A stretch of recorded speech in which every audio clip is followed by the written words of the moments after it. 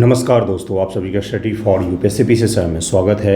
आज तारीख है 26 सितंबर 2025 और आज का डिटेल न्यूज़पेपर आर्टिकल डिस्कशन का वीडियो होगा। ये कल मैंने आपको बताया था कि मैं एईडीओ के लिए प्रैक्टिस सेट लेकर के आऊँगा, डेली क्विज़ प्रैक्टिस करवाऊँगा अभी से लेकर के एग्ज़ाम तक, जिससे एग्ज़ाम में प्रवेश करने से पूर्व आपका सभी सब्जेक्ट जो है वो खूब अच्छे से रिवाइज हो जाए।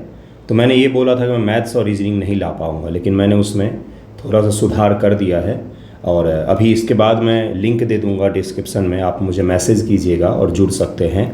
मैं दिखा ही देता हूँ क्या है, उसके पश्चात से न्यूज़पेपर को हम लोग शुरू कर लेंगे। बीपीएससी एईडीओ का एग्ज़ाम जो है वो जनवरी में एक्सपेक्टेड है कि जनवरी 2026 ईस्वी में हो सकता है। जनवरी या जनवरी के लास्ट में, शुरुआत के फेब में एग्ज़ाम आयोजित हो सकता है। इसके लिए सेपरेट जिस प्रकार से 71 बीपीएससी पीटी के लिए मैंने शुरू किया था और बहुत बेहतरीन तैयारी हो गई बच्चों की, उसी प्रकार से आप सभी के लिए भी एईडीओ के लिए शुरू कर रहा हूं। 4 अक्टूबर से शुरू हो रहा है। इसमें डेली आपको 60 to 80 प्रैक्टिस एमसीक्यू मिलेगा, मतलब क्विज मिलेगा, जिस पर आप क्लिक करके आंसर निकालेंगे और पूरा जब सेट कंप्लीट करेंगे तो आपको आपका स्कोर भी दिखेगा। तो 60 to 80 एमसीक्यू तो ये डेली होंगे, सब्जेक्ट वाइज, टॉपिक वाइज होगा, एक सीक्वेंस में होगा। पहले polity, history, geography, Bihar special, इस प्रकार से डेली का क्विज होगा। उसके अलावा 10 अक्टूबर के बाद 15 मैथ्स और रीजनिंग के सेट मैं आपको उपलब्ध करवाऊंगा, जिसमें 100 सवाल होंगे और उसका आप प्रैक्टिस करके एग्जामिनेशन में जा सकते हैं। काफ़ी बेहतर रहेगा ये। हिंदी इंग्लिश दोनों में ही अवेलेबल होगा। ज़रा सोचिए, डेली अगर 60 से 80 एमसीक्यू आप क्विज के फॉर्मेट में लगा रहे हैं तो कितना बेहतर सुधार होगा आपके एग्ज़ाम से पहले। एग्ज़ाम जब होगा तब तक होगा यह, ऐसा नहीं है कि एग्ज़ाम से पहले मैं जनवरी के शुरुआत में ही ख़त्म कर दूंगा, ऐसा नहीं है। एग्ज़ाम में जाने से 1 वीक पहले तक यह प्रैक्टिस होता रहेगा, डे बाय डे, डेली होगा, संडे छोड़ करके। ओके, जुड़ सकते हैं। बहुत ही मामूली सा फीस रखा है मैंने, 499 ही रखा है। अक्टूबर, नवंबर, दिसंबर, जनवरी 4 महीनों के लिए ये फ़ीस होगा। एक ही बार का पेमेंट होगा और इसमें दोबारा नहीं करना पड़ेगा आपको, ना तो कोई एक्स्ट्रा चार्जेज है, नथिंग। आप जुड़ सकते हैं अगर आपको प्रैक्टिस करना हो, हिंदी इंग्लिश दोनों में ही। शुरू करते हैं आज का न्यूज़पेपर डिस्कशन का। एक चीज़ और है कि एईडीओ को क्या सीरियसली तैयारी करना चाहिए? हाँ, बिल्कुल करना चाहिए। इतनी अच्छी अपॉर्चुनिटी आई है, इसलिए नहीं कि मैं छोटा सा एक ग्रुप शुरू कर रहा हूँ तो इसलिए आप तैयारी कीजिए, बल्कि इतनी अच्छी अपॉर्चुनिटी है तो आप ज़रूर उसकी तरफ ध्यान दें। ऐसा मैं नहीं बोलूँगा कि उसकी तरफ ध्यान मत दें। बहुत ही अच्छा जॉब प्रोफाइल, काफ़ी अच्छा है। मेन ये है 9 to 5 का जॉब है और अच्छा जॉब है। आने वाले समय में वेतन में भी बढ़ोतरी हो ही जाएगी। तो जुड़ सकते हैं, जिनको भी जुड़ना हो टेलीग्राम का लिंक रहता है, तो आप मुझे मैसेज कीजिएगा और जुड़ जाइएगा। ओके, जो 71 के लिए जुड़े थे उनको पता ही है कि कितना ज़्यादा हेल्प मिला है उनको प्रीलिम एग्ज़ाम से पहले उस ग्रुप से। देखिए क्या है, bank should work to be in global top 10, ये बोला है किसने? अमित शाह जी ने बोला है। उन्होंने बोला कि हमारे जो बड़े बैंक हैं उनको इस प्रकार से कार्य करना चाहिए कि दुनिया के टॉप 10 बैंकों में उनका नाम आ पाए। फिलहाल में टॉप 10 में भारत का कोई बैंक नहीं है, लेकिन टॉप 100 में एसबीआई और एचडीएफसी जैसे कुछ बैंकों का नाम आता है। उसके अलावा जो बैंक हैं वो टॉप 10 में जगह नहीं बना पा रहे हैं। प्रोफेशनलिज्म का भाव माना जाता है सरकारी बैंकों में, और उसके अलावा जो सिस्टम है वो भी कई सारे पुराने उपयोग किए जा रहे हैं और वैश्विक स्तर पर हमारी साख कमज़ोर है, जिसके कारण से हमारे बैंक अभी तक टॉप 10 में नहीं आ पाए हैं। चीन के कई सारे बैंक हैं, अमेरिका और यूके के कई सारे बैंक टॉप 10 में शामिल हैं। तो ये छोटा सा टॉपिक है। आज के टॉपिक की शुरुआत, जो पहला टॉपिक हम लोग करेंगे वो अग्नि प्राइम के बारे में पढ़ेंगे। कल इसका सफल परीक्षण किया गया है। स्ट्रैटेजिक फोर्सेस और डीआरडीओ के द्वारा रेल के पहली बार लॉन्चर के तौर पर उपयोग किया गया है। रेल लॉन्चर का उपयोग पहली बार किया गया है। तो इसको ज़रा हम लोग देखेंगे, पहला टॉपिक यही होगा। उसके अलावा पैरा चैंपियंस ट्रॉफी का आयोजन किया जा रहा है भारत में, पहली बार ही आयोजित हो रहा है, तो इसको भी हम लोग देखेंगे। देखिए यहाँ पर लिखा हुआ है पैरा चैंपियंस बोला जा रहा है इसको, पैरा एथलेटिक्स चैंपियनशिप, ये भारत में पहली बार आयोजित हो रहा है। इस स्पोर्ट को भी हम लोग ज़रा डिटेल में देखेंगे कि कहाँ पर हो रहा है क्या नहीं है। इसके अलावा इंडिया फूड 2025, इसका उद्घाटन प्रधानमंत्री मोदी जी ने किया है। तो इस न्यूज़ को भी हम लोग देखेंगे। एक एक करके शुरू करते हैं। देखिए आज का पहला न्यूज़ है कि रेल आधारित अग्नि प्राइम मिसाइल का सफल परीक्षण किया गया है। अग्नि प्राइम है, तो अग्नि प्राइम के बारे में हम लोग ज़रा समझेंगे डिटेल में। रेल आधारित लॉन्चर का उपयोग किया गया है। ये काफ़ी ज़्यादा महत्वपूर्ण इसलिए है क्योंकि हमारे पास दुनिया का सबसे बड़ा रेल नेटवर्क में से एक है। तो हम कहीं से भी अब इसको लॉन्च कर सकते हैं और बहुत फास्ट तरीके से मोबिलाइज कर सकते हैं एक जगह से दूसरे जगह पर, जिसके कारण से इसको काफ़ी ज़्यादा महत्वपूर्ण माना जा रहा है। स्ट्रैटेजिक फोर्सेज और उसके अलावा भारत सरकार का DRDO जो है, इन दोनों के द्वारा इसका सफल परीक्षण किया गया है। इसको याद रखिएगा। रेल आधारित अग्नि प्राइम मिसाइल का सफल परीक्षण भारत ने 24 सितंबर 2025 को रेल आधारित मोबाइल लॉन्चर से अग्नि प्राइम मिसाइल का सफल परीक्षण किया है। राजनाथ सिंह जी ने कहा है कि पहली बार लॉन्च हुआ है इस तरह से रेल आधारित। देखिए यहाँ पर रेल है, इसके पीछे वाले हिस्से में यह मिसाइल रखा हुआ था जिसको लॉन्च किया गया और यह सफल रहा है। अग्नि प्राइम मिसाइल की विशेषता, अग्नि प्राइम एक उन्नत इंटरमीडिएट रेंज बैलिस्टिक मिसाइल है जिसकी 2000 किलोमीटर तक की रेंज है। इसके बारे में हम लोग डिटेल में अलग से पढ़ेंगे। किस किस ने इसको किया है? तो SFC उसको कहा जाता है, स्ट्रैटेजिक फोर्सेज कमांड कहा जाता है, SFC कहा जाता है। SFC और DRDO ने मिलकर के इसको सफल परीक्षण किया है। DRDO और SFC ने मिलकर के सफल परीक्षण किया है। इसको ज़रूर याद रखिएगा, यह पूछा जा सकता है PT एग्जामिनेशन में। अब अग्नि प्राइम मिसाइल क्या है, इसके बारे में पूछा जा सकता है। जैसे साइंस एंड टेक जो पेपर होता है BPSC GS2 section 3, science and tech का जो सेक्शन होता है उसमें आपसे अग्नि प्राइम के बारे में पूछा जा सकता है कि अग्नि प्राइम क्या है, किस प्रकार से काम करता है, कब बनाया गया और क्यों भारत सरकार इसको बना रही है। इस तरह के सवाल जो हैं वो आपसे पूछे जा सकते हैं।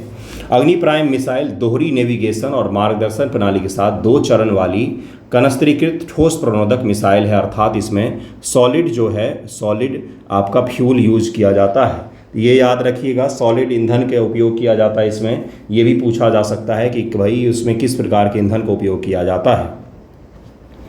कनस्त्रीकरण प्रक्षेपण के लिए आवश्यक समय को कम कर देता है, भंडारण और गतिशीलता में सुधार करता है, जिसके कारण से यह और भी ज़्यादा घातक बन जाता है। यह सतह से सतह पर मार करने वाली बैलिस्टिक मिसाइल है, सतह से सतह पर मार करने वाली बैलिस्टिक मिसाइल है, ये याद रखिएगा। ये पूछा जाता है प्रीलिम एग्जाम में। इसका रेंज 1000 से 2000 किलोमीटर के बीच में है, काफ़ी बड़ा रेंज हुआ यह 1000 से 2000 किलोमीटर, और सटीकता है बहुत ज़्यादा सटीक है। जो ऑपरेशन सिंदूर के दौरान DRDO के पूर्व साइंटिस्ट थे, उन्होंने बोला है कि भारत ने मिसाइल में सटीकता में इतनी उन्नत टेक्नोलॉजी बना ली है कि हम कुछ इंच के फासले पर भी अटैक कर सकते हैं। जैसे ऑपरेशन सिंदूर के दौरान जो 11 पाकिस्तान की एयरबेस तो उसका जब हमने निशाना बनाया था तो बिल्कुल रनवे के बीच में हम मारते थे और वहीं पर जा कर के लगता था। इतना ज़्यादा सटीकता हमने हासिल कर ली है। तो अग्नि प्राइम जो है एक साथ कई सारे टारगेट को टारगेट कर सकता है, लक्ष्य को भेज सकता है, और सबसे घातक है कि ये बहुत ही ज़्यादा रेंज है इसकी, 1000 से 2000 किलोमीटर है, और उसके साथ में सटीकता बहुत ही ज़्यादा है इसकी। अब इसको लॉन्च कहीं से भी किया जा सकता है, रेल लॉन्चर का भी उपयोग किया जा सकता है। ये इसकी सबसे बड़ी खासियत में से एक बन गया है। अग्नि मिसाइल का विकास APJ कलाम की अगुवाई में एकीकृत मिसाइल विकास कार्यक्रम IGMDP, ये मैं आंसर राइटिंग के दौरान अभी साइंस एंड टेक का जब शुरू करेंगे तो उस दौरान मैं लिखवाता हूँ कि integrated guided missile development programme क्या है और इसके तहत में कौन कौन से मिसाइल डेवलप किए गए उसके बारे में लिखिए, इसका महत्व क्या है इसके बारे में लिखिए, और यह सवाल पूछा जा सकता है। भारत सरकार ने इसे 1983 में अनुमोदित किया था, तो ये भी याद रखिएगा। आंसर राइटिंग में जुड़ना हो तो बताइएगा। आज दूसरा टेस्ट है ज्योग्राफी का, आज दूसरा है, बाकी डेली आंसर राइटिंग तो चल ही रहा है। भारत के रक्षा अनुसंधान विकास संगठन द्वारा इस श्रृंखला के मिसाइलों का विकास किया गया है। DRDO के द्वारा अग्नि श्रृंखला के मिसाइलों को बनाया गया है, तो ये याद रखिएगा। वेरी वेरी वेरी इंपॉर्टेंट, अग्नि प्राइम मिसाइल के बारे में याद रखना है, पूछा जाएगा। PT मेंस दोनों के लिए काफ़ी महत्वपूर्ण टॉपिक है। और सबसे महत्वपूर्ण चीज़ ये है कि रेल लॉन्चर का उपयोग पहली बार किया गया है अग्नि प्राइम को लॉन्च करने के लिए, ये काफ़ी ज़्यादा महत्वपूर्ण है। SFC के बारे में भी याद रखिएगा, स्ट्रेटजिक फोर्सेज के बारे में भी याद रखिएगा, उसके बारे में भी पूछा जा सकता है PT एग्जामिनेशन में। ओके, नेक्स्ट टॉपिक देखिए क्या है, वर्ल्ड फूड इंडिया 2025। प्रधानमंत्री जी ने खुद इसको उद्घाटन किया है भाई, इसका world food India 2025। World food India 2025 Bharat Mandapam Delhi में इसका उद्घाटन किया गया है, ये जरूर ही याद रखना है। देखिए यहाँ पर क्या दिया हुआ कि प्रधानमंत्री मोदी, यूनियन मिनिस्टर चिराग पासवान और जो उनके समकक्ष वगैरह हैं वो सब यहाँ पर थे जिस दौरान प्रधानमंत्री जी ने इसका उद्घाटन किया है।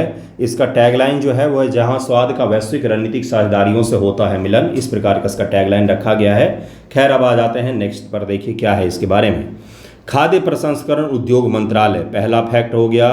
पहला तो प्रधानमंत्री जी ने किया, कब किया है तो भाई कल किया है। कल का तिथि क्या था तो 25 सितंबर 25 को किया है। आज 26 को मैं वीडियो रिकॉर्ड कर रहा हूँ। मंत्रालय कौन सा तो खाद्य प्रसंस्करण उद्योग मंत्रालय। कब से कब तक चलेगा 25 से 28 सितंबर 2024 तक चलेगा। यह आयोजित किया जा रहा है वर्ल्ड फूड इंडिया 2025। भारत को वैश्विक खाद्य केंद्र के रूप में स्थापित करने के लिए प्रमुख अंतर्राष्ट्रीय कार्यक्रम में से एक है, जिसका प्रधानमंत्री जी ने खुद उद्घाटन किया है। तो इसी से आप इसका इंपॉर्टेंस समझ सकते हैं कितना ज़्यादा महत्व है इसका। ओके, अगला देखिए, इसका आयोजन कहाँ पर किया गया है तो वहीं भारत मंडपम दिल्ली में, जो भारत मंडपम भारत सरकार का सबसे बड़ा भाई इस तरह की चीज़ों को आयोजित करने का जगह है प्रगति मैदान में, तो वहीं पर इसको किया गया है। ये भी याद रखिएगा, भारत मंडपम में इसको आयोजित किया गया है दिल्ली में। यह आयोजन अब तक का सबसे बड़ा आयोजन होगा, जिसमें 90 से अधिक देशों के 2000 से अधिक प्रदर्शक भाग ले रहे हैं। इसमें न्यूजीलैंड और सऊदी अरब भागीदार देश के रूप में भाग लेंगे, जबकि जापान, संयुक्त अरब अमीरात, यूएई, वियतनाम और रूस फोकस देश के रूप में भाग लेंगे। भागीदार देश जो है न्यूजीलैंड और सऊदी अरब है। फोकस देश कौन कौन से हैं तो जापान, यूएई, वियतनाम और रूस हैं फोकस देश। ये भी याद रखिएगा, पीटी फैक्ट हैं सारे के सारे। अभी एईडीओ में मान लीजिए यही पूछ ले, आपसे पूछेगा क्योंकि प्रधानमंत्री जी यहाँ पर इन्वॉल्व हैं, तो उनसे जुड़े हुए करंट अफेयर खूब पूछे जाते हैं एग्जामिनेशन में। वो कहीं भी जाते हैं, कोई उद्घाटन कर रहे हैं, कहीं पर कुछ शिलान्यास कर रहे हैं, कहीं पर कुछ वही स्टोन रख रहे हैं किसी चीज़ का, तो आपको वो चीज़ कवर करना पड़ता है। प्रधानमंत्री, राष्ट्रपति, मुख्यमंत्री, राज्यपाल, इसके पीछे पीछे दौड़िए, आधे से ज़्यादा करंट अफेयर आपका वैसे ही तैयार हो जाएगा। जैसे एक और टॉपिक है आज का कि प्रधानमंत्री जी ने राजस्थान में, अभी मैं करवाऊंगा आपको, न्यूक्लियर पावर प्लांट का उद्घाटन किया है, तो उसको भी देखेंगे हम लोग। उद्घाटन नहीं, अभी तो उसका स्टोन रखा है उन्होंने, तो उसको भी देखेंगे हम लोग। ओके, देखिए क्या है, भारत दूध, प्याज, दालों का सबसे बड़ा उत्पादक है, जबकि चावल, गेहूं, गन्ना, चाय, फल, सब्जी, अंडे का दूसरा सबसे बड़ा उत्पादक है। खाद्य प्रसंस्करण क्षेत्र पिछले एक दशक में $7.33 बिलियन का प्रत्यक्ष निवेश भी प्राप्त हुआ है, ऐसा कहा जा रहा है। ये पीआईबी से मैंने उठाया है, एज इट इज पीआईबी से लिया है, इसलिए इससे ज़्यादा वेरीफाइड सोर्स और कोई हो ही नहीं सकता है। भारत का खाद्य प्रसंस्करण क्षेत्र की बदलावकारी शक्ति के रूप में उभरा है, ऐसा वहाँ पर कहा जा रहा है। और भारत सरकार जो इस प्रकार के कार्यक्रम आयोजित करती थी, इसमें क्या होगा, दुनिया भर के अलग अलग निवेशक, अलग अलग जो व्यापारी हैं, अलग अलग व्यापारी समूह हैं, वो शामिल होंगे और वो यहाँ पर खरीद बिक्री के लिए आगे बढ़ सकते हैं। देख सकते हैं कि भारत का कल्चर क्या है, फोकस देश जो है उनसे निवेश प्राप्त कर सकते, उनमें निवेश कर सकते, तो इसी के लिए इस तरह के कार्यक्रम आयोजित किए जाते हैं। देखिए यहाँ पर भारत सरकार ने बोला है, खाद्य प्रसंस्करण उद्योग मंत्रालय ने खेत से खाने की प्लेट तक के संपर्क को मजबूत करने, मूल्य संवर्धन को बढ़ावा देना, अनुसंधान विकास को आगे बढ़ाना, कोल्ड चेन अवसंरचना का विस्तार करना, स्टार्टअप, लॉजिस्टिक और खुदरा व्यवस्था को बढ़ावा देने के उद्देश्य से कई रणनीतिक पहलुओं को लागू किया गया है, ऐसा भी वहाँ पर मंत्रालय के द्वारा पीआईबी के इस बयान में कहा गया है। इसी दृष्टिकोण के अनुरूप खाद्य प्रसंस्करण उद्योग मंत्रालय ने 2017 में भारत की समृद्ध खाद्य संस्कृति को प्रदर्शित और वैश्विक निवेश आकर्षित करने के लिए डिजाइन किए गए अपने प्रमुख अंतर्राष्ट्रीय कार्यक्रम वर्ल्ड फूड इंडिया का शुभारंभ किया था। इसी कारण से कि भारत के फूड वाले हिस्से में, फूड का जो सेक्टर है हमारा, उसमें ज़्यादा से ज़्यादा निवेश को हम लोग प्राप्त करें, इसी के उद्देश्य से 2017 में खाद्य प्रसंस्करण उद्योग मंत्रालय के द्वारा इसको वर्ल्ड फूड इंडिया प्रोग्राम को शुभारंभ किया गया था उस समय, और उस साल से हर साल ही आयोजित किया जाता है। दिल्ली में इस बार भी आयोजित किया गया, प्रधानमंत्री जी ने खुद उद्घाटन किया है। देखिए उसके बाद से क्या कहा जा रहा है कि 2023 और 2024 में इसके 2 और संस्करण आयोजित किए गए। चौथा संस्करण 25 से 28 सितंबर 2025 तक नई दिल्ली के भारत मंडपम में हो रहा है। तो 2017 में भले ही शुरू किया गया, लेकिन इसका चौथा ही संस्करण है, यह चौथा संस्करण है, ये भी याद रखना है आपको। इससे पहले भी और 2-3 बार आयोजित हो चुके हैं। अपनी स्थापना के बाद से WFI वैश्विक हितधारक के भारत की गतिशील खाद्य प्रसंस्करण व्यवस्था से जुड़ने सहयोग, मतलब कि दुनिया भर की कंपनियां यहाँ पर शामिल होती आई हैं, तो इसको याद रखिएगा। और भारत सरकार ने बताया कि हमने बहुत अच्छा हासिल किया है, पिछले कुछ वर्षों में फूड के क्षेत्र में, खाद्य के सेक्टर में हमने काफ़ी अच्छा हासिल किया है। कृषि और प्रसंस्कृत खाद्य निर्यात 24-25 में 49.4 बिलियन अमेरिकी डॉलर तक पहुंच गया। अब यही आंकड़ा आपसे पूछ लेगा तो आप समझते हैं कि भाई कहाँ से पूछा है। मैं न्यूज़पेपर डिस्कशन में इसको करवा के बढ़ जाऊंगा। उसके पश्चात से पूछेगा, मान लीजिए एईडीओ का एग्ज़ाम ही होता है फरवरी में या जनवरी में होता है, उस दौरान पूछेगा तो फिर आप बोलोगे कहाँ से पूछ लिया ये डेटा, आपने तो पढ़ाया ही नहीं। जबकि हर डेटा जो मैंने पढ़ाया है मैं उसको तो रिकॉर्ड पर नहीं रख सकता हूँ कि भाई मैंने क्या क्या डेटा पढ़ाया है। ये आपका काम होता है ना। तो इसको याद रखिएगा। देखिए कितना शानदार डेटा है, यह पूछ सकता है। जैसे प्रसंस्कृत खाद्य का हिस्सा 20.4% है, प्रोसेस्ड फूड का हिस्सा 20.4% है, 14-15 में 13.7% था ये, अर्थात हमने 10 वर्षों में लगभग में 7% का ग्रोथ इसमें हासिल किया है।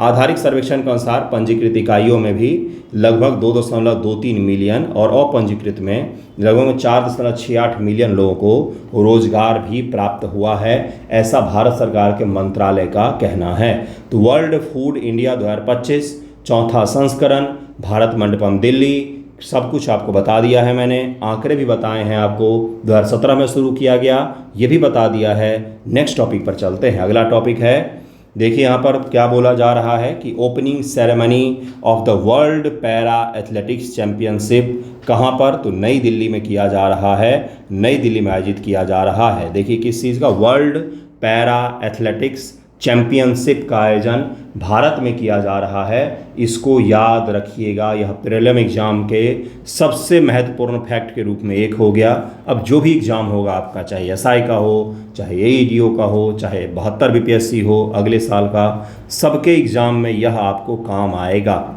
देखिए क्या है, भारत में पहली बार विश्व पैरा एथलेटिक्स चैंपियनशिप जैसे प्रतिष्ठित वैश्विक खेल आयोजन की मेज़बानी करने जा रहा है भारत, और इसकी मेज़बानी शुरू हो गई है कल से ही। कल इसका ओपनिंग सेरेमनी था, ये भी याद रखना है, तिथि को भी याद रखना है। 20 जून 2025 को इस आयोजन के 100 दिन पहले इसका जो शुभांकर है विराज, उसका अनावरण किया गया था। ये शुभांकर को भी याद रखना है आपको, विराज नाम है इसका अनावरण किया गया था 100 दिन पहले। अभी खेल मंत्री मनसुख मंडविया हैं, तो वो भी गए थे यहाँ पर देखने के लिए किस प्रकार का आयोजन किया जा रहा है। यह अवसर समावेशी खेल और भारत की वैश्विक खेल पहचान को सशक्त करने की दिशा में मील का पत्थर होगा। पैरा ओलंपिक का क्या तात्पर्य होता है, पैरा चैंपियनशिप का क्या तात्पर्य होता है, जो दिव्यांग खिलाड़ी होते हैं उनका चैंपियनशिप है ये। तो ये भी याद रखना है आपको, समझ में आना चाहिए कि भाई रटते थोड़ी न चले जाएंगे। देखिए क्या बोला जा रहा है, 2025 विश्व पैरा एथलेटिक्स चैंपियनशिप संस्करण कौन सा है, 12वां संस्करण है। पीटी फैक्ट अलग से याद रखिएगा, 27 सितंबर से 5 अक्टूबर 2025 तक। दूसरा PT fact, Jawaharlal Nehru stadium नई दिल्ली। तीसरा पीटी फैक्ट, मेजबान देश भारत पहली बार। चौथा है पदक स्पर्धाएं 186, भाग लेने वाले 100+ देशों की भागीदारी संभावित है। दुनिया के 100 से ज़्यादा देश इसमें भाग ले सकते हैं। ये विराज को देखिए, शुभांकर है, दिव्यांग बनाया गया है इसको, इसका एक पैर नहीं है, इसको भी याद रखिएगा। इस प्रकार का चीज़ पूछा जा सकता है। हाथी से इंस्पायर्ड है यह। नाम विराज है, रूप ब्लेड प्रोस्थेसिस से सुसज्जित एक युवा हाथी है, प्रतीकात्मक शक्ति और साहस का प्रतीक माना जाता है। लचीलापन और समावेशिता का संदेश है। पैरा एथलेटिक्स की भावना को भी दर्शाता है कि दिव्यांगता कभी भी सफलता के रास्ते में कभी भी चुनौती नहीं बन सकती है, अगर जुनून हो तो। Para Olympic, para athletics, para जो भी स्पोर्ट होते हैं उनको देख करके आप यही सीखते हैं कि दिव्यांग है वो, उनके शरीर के सभी अंग सही से नहीं सही एक दूसरे समायोजित कर पा रहे हैं, लेकिन फिर भी वो खेलते हैं। स्पोर्ट खेलना कोई आसान काम नहीं होता है। आप फिट हैं फिर भी आप स्पोर्ट नहीं खेल सकते हैं ढंग से, और उनके तो कोई अंग विशेष प्रभावित होते हैं, दिव्यांग होते हैं, लेकिन फिर भी वो खेलते हैं और जीतते हैं। तो ये जो स्पिरिट निकल के आता है उससे, यही सबसे बड़ा मैसेज होता है। बाकी खेल का आयोजन तो होता रहता है, मैसेज यही कन्वे करना होता है पूरे देश में कि जो आपके बगल में कोई दिव्यांग व्यक्ति बैठा है तो उसको हीन भावना से मत देखिए, ये होता है मैसेज कन्वे करना। ओके, यह शुभंकर समाज में दिव्यांगजनों की स्वीकार्यता और उनकी क्षमताओं के प्रति बदलते नज़रिए के रेखांकित करता है कि कोई दिव्यांग व्यक्ति भी देश के लिए गोल्ड मेडल ला सकता है। एक छोरो 2-2 गोल्ड मेडल लाए, कितने ही सारे उदाहरण हैं आपके समक्ष। तो लोगों का अनावरण कब किया गया, तो 20 जून को किया गया नई दिल्ली में। भारतीय पैरालंपिक समिति के द्वारा इसका अनावरण किया गया था। थीम क्या है, आधिकारिक विवरण में स्पष्ट नहीं किया गया था थीम। भारत के लिए मेजबानी का क्या महत्व है, ऐतिहासिक पहली बार भारत मेजबानी कर रहा है। समावेशिता को बढ़ावा, वैश्विक खेल छवि को सशक्त करना, सामाजिक व अवसंरचनात्मक बदलाव की प्रेरणा के लिए इसको आयोजित किया जा रहा है। आपसे मेंस में क्या पूछेगा कि पैरा एथलेटिक्स चैंपियनशिप का आयोजन जो किया जा रहा है, इसके महत्व को रेखांकित कीजिए। शॉर्ट आंसर पूछ सकता है आपसे, तो वहाँ पर आप बता सकते हैं कि इस प्रकार से सामाजिक महत्व इसका क्या है, आर्थिक महत्व क्या है इसका, तो इस प्रकार से आप बता सकते हैं। तो इसको ज़रूर ही याद रखिएगा। पीटी फैक्ट जो ये चारों बताए हैं ये भी याद रखिएगा। नेक्स्ट टॉपिक पर हम लोग चलते हैं, जो क्या है, तो day after violence in Ladakh centre send special envoy. ये केंद्र की तरफ से स्पेशल दूत को भेजा गया लद्दाख की जानकारी के लिए कि भाई क्या क्या हो रहा है वहाँ पर। हाई लेवल सिक्योरिटी मीटिंग हो रहा है कि लद्दाख में आखिरकार हिंसा भड़की क्यों। सोनम वांगचुक हैं, काफ़ी फेमस एक्टिविस्ट रहे हैं और सही इंसान हैं। पता नहीं अभी तो फंस गए हैं बुरा, क्योंकि केंद्र सरकार ने सारा दोष इन्हीं के ऊपर मर दिया है कि आपने ही उत्तेजक और लोगों को उत्तेजित करने वाले भाषण दिए, जिसके कारण से यहाँ पर हिंसा भड़की है। तो अब तो बुरा फंसे हैं ये। FCRA लाइसेंस इनका रद्द कर दिया गया। अब ये क्या बला है। FCRA लाइसेंस क्या है, गिरफ्तार भी हो सकते हैं जैसा उम्मीद की जा रही है। कुछ साल पहले तक जब लद्दाख अलग राज्य बना, जब लद्दाख अलग UT बना, तब तक यह सरकार के काफ़ी करीबी और सही माने जाते थे। लेकिन जब से इन्होंने 6 शेड्यूल में मांग करने लग गए और स्टेटहुड की मांग करने लग गए, इसके अलावा अपने मांगों को लेकर के इन्होंने प्रदर्शन करना शुरू किया, तब से थोड़ा सा सरकार के साथ अनबन हो गया है। देखिए 6 शेड्यूल में अगर कोई मुझसे पूछे तो नहीं शामिल करना चाहिए लद्दाख को, क्योंकि लद्दाख काफ़ी ज़्यादा सेंसिटिव जगह है। ठीक है, आप उसको स्टेटहुड का दर्जा दे सकते हैं एक बार को, वहाँ के लोगों को शासन में आरक्षण दे सकते हैं, सरकारी जॉब में भी आरक्षण दे सकते हैं, इससे कोई दिक्कत नहीं होता है। लेकिन 6 शेड्यूल में इतने सेंसिटिव जगह को शामिल नहीं करना चाहिए जहाँ पर स्वायत्त शासन हो, जहाँ पर डिस्ट्रिक्ट ऑटोनोमस काउंसिल बन जाए और जो स्वायत्त तरीके से शासन करे, जहाँ पर संसद के कानून डायरेक्टली लागू ना हो। इस प्रकार के क्षेत्र, इतने सेंसिटिव क्षेत्र को इस तरह के शासन पद्धति में शामिल नहीं करना चाहिए, क्योंकि वहाँ पर मैंने कल ही बोला था डिफेंस का, हमारे सैनिकों का बहुत बड़े स्तर पर मोबिलाइजेशन होता है, बहुत बड़े स्तर पर जाना आना होता है। तो 2 देशों के साथ सीमा लगती है, तनाव भी रहता ही है, तो इसलिए वहाँ पर थोड़ा सा बचना चाहिए इन चीज़ों से। कोई और तरीका निकाला जा सकता है वहाँ के शासन पद्धति को आगे बढ़ाने के लिए। FCRA क्या है? FCRA का तात्पर्य होता है फॉरेन कंट्रीब्यूशन रेगुलेशन एक्ट। अर्थात अगर आप कोई NGO वगैरह चला रहे हैं और आपको विदेश से धन चाहिए, विदेश के लोग आपको फंडिंग करें, आप अगर ऐसा चाह रहे हैं तो आपको FCRA का लाइसेंस लेना पड़ता है। और दिल्ली का जो कनॉट प्लेस का SBI है, स्टेट बैंक ऑफ इंडिया, केवल उसी में आपका पैसा आ सकता है, केवल और केवल वहीं पर आपका पैसा आएगा। ये भी इसमें FCRA के तहत में किया जाता है। तो ज़रा इसको देखते हैं। सबसे पहले तो इसका फुल फॉर्म याद रखिएगा कि फुल फॉर्म क्या है। फुल फॉर्म है इसका क्या है, तो foreign contribution regulation act. Bharat में एक कानून है जो विदेशी योगदान, डोनेशन, अनुदान आदि को विनियमित करता है। इसका उद्देश्य गैर सरकारी संगठन, अन्य संस्थानों द्वारा विदेशी धन के दुरुपयोग को रोकने के लिए रखा गया है। कब लागू हुआ? पहला FCRA 1976 में लागू हुआ था, जिसे बाद में 2010 में संशोधित किया गया। नवीनतम संशोधन 2020 में हुआ, जिसने नियमों को और सख्त बना दिया है। इंग्लिश में भी लिखा हुआ है, आप पढ़ सकते हैं। किसका पंजीकरण जरूरी होता है? तो जो संगठन या व्यक्ति, मतलब ऑर्गेनाइजेशन या कोई पर्सन, आप भी अगर विदेश से धन प्राप्त करना चाहते हैं NGO के लिए, आपका कोई रिश्तेदार भेज रहा है तो वो इसमें नहीं आएगा। आपके कोई रिश्तेदार विदेश में कमाने गए हैं, वो आपको पैसा भेज रहे तो वो FCRA में नहीं आएगा। कोई व्यक्ति या संगठन किसी सामाजिक काम के लिए कोई बाहर से चंदा लेना चाह रहा है तो उसको क्या करना पड़ेगा? FCRA के तहत में लाइसेंस प्राप्त करना अनिवार्य है। और अगर बिना लाइसेंस के आपने प्राप्त किया धन तो मनी लॉन्ड्रिंग में वो आ जाता है, बुरा फंसेंगे आप। यह मुख्य रूप से NGO, धार्मिक संगठन और शैक्षणिक संस्थान शामिल होते हैं, जिनका बाहर का कोई सोर्स हो फंडिंग वगैरह का, वो शामिल होते हैं। प्रमुख प्रावधान क्या है? FCRA के तहत विदेशी योगदान केवल एक नामित बैंक खाते दिल्ली के SBI में जमा करना होता है। इसके लिए वार्षिक रिटर्न दाखिल करना अनिवार्य होता है कि आपने एक वर्ष में कितना प्राप्त किया, कितना खर्चा किया, सारा हिसाब आपको देना ही पड़ेगा। निषेध और प्रतिबंध: राजनीतिक दल, सरकारी कर्मचारी, न्यायाधीश को FCRA के तहत धन लेने से मना किया गया है। इसके अलावा संदिग्ध गतिविधियों में शामिल संगठनों के लाइसेंस रद्द हो सकते हैं। जैसे अभी फिलहाल में इनका क्या नाम है, सोनम वांगचुक, तो 3 इडियट्स में फुनसुक वांगरू करके दिखाया था ना, यहीं को दिखाया था। तो सोनम वांगचुक जो हैं, इनका फिलहाल में लाइसेंस रद्द कर दिया गया है। 2020 संशोधन में बदलाव, 2020 में लाइसेंस की वैधता 5 साल से घटा करके 3 साल कर दी गई। विदेशी योगदान 20% उपयोग प्रशासनिक खर्च के लिए सीमित कर दिया गया। उद्देश्य क्या है इसका? उद्देश्य एक ही है कि देश की सुरक्षा की जाए, देश के राष्ट्र हित के लिए सुरक्षा की जाए। पैसे कहाँ से आ रहे हैं, कहाँ पर जाएंगे, इसका जवाब तो आपको देना ही चाहिए। और हर किसी को FCRA का लाइसेंस भी नहीं दिया जाता है, क्योंकि हर किसी को विदेश से प्राप्त धन का हिसाब रखना होगा कि भाई कौन कहाँ से क्या प्राप्त कर रहा है। नेक्स्ट टॉपिक है हमारे जो जयशंकर जी हैं, विदेश मंत्री जी, उन्होंने न्यूयॉर्क में G20 विदेश मंत्रियों के सम्मेलन में भाग लिया। G20 फॉरेन मिनिस्टर्स जो समिट हुआ है उसमें उन्होंने भाग लिया और वहाँ पर उन्होंने एक बयान दे दिया।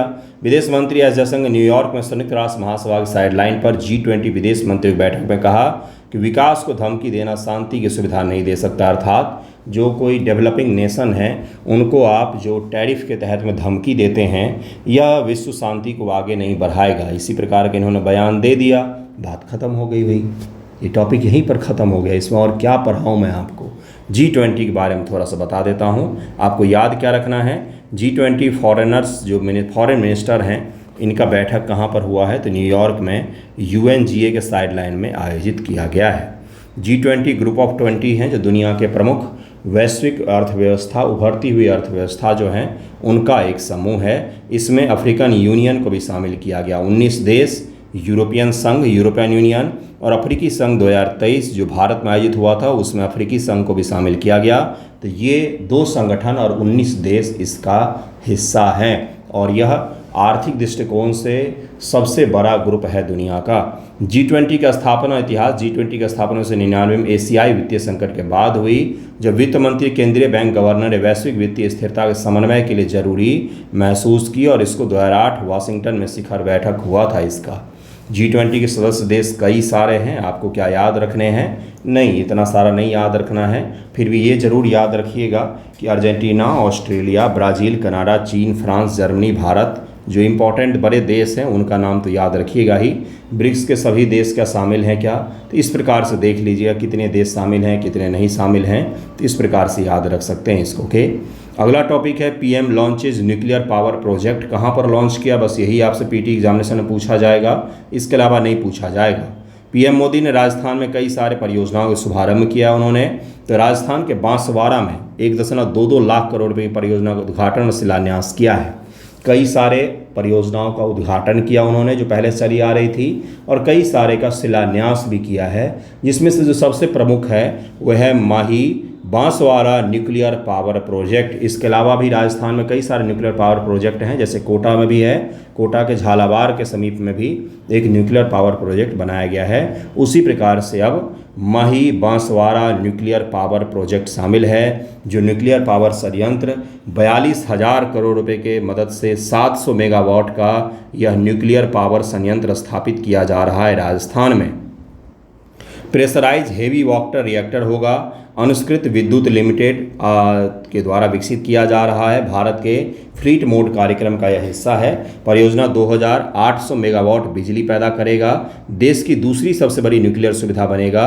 पहला है तारापुर महाराष्ट्र और दूसरा यही बनेगा। काफ़ी बड़ा न्यूक्लियर पावर प्रोजेक्ट स्थापित किया जा रहा है बांसवाड़ा राजस्थान में। इसको जरूर ही याद रखिएगा, प्रधानमंत्री मोदी जी ने ही इसका क्या किया है, तो वहाँ पर शिलान्यास किया है। अब यह बनना शुरू हो गया है। जुड़िएगा AEDO के लिए, इससे बेहतर तैयारी नहीं हो पाएगी आपकी। यहाँ पर जुड़ेंगे काफ़ी बेहतर रहेगा। मेन होता है डे बाय डे का प्रैक्टिस MCQ का, वो भी क्विज के फॉर्मेट में, जहाँ पर आपको क्लिक करके आंसर निकालना होता है। अंत में जब सेट कंप्लीट करते हैं तो आपको आपका स्कोर भी मिल जाता है। काफ़ी बेहतर रहेगा, जुड़िएगा। जब जुड़ेंगे तभी एहसास होगा।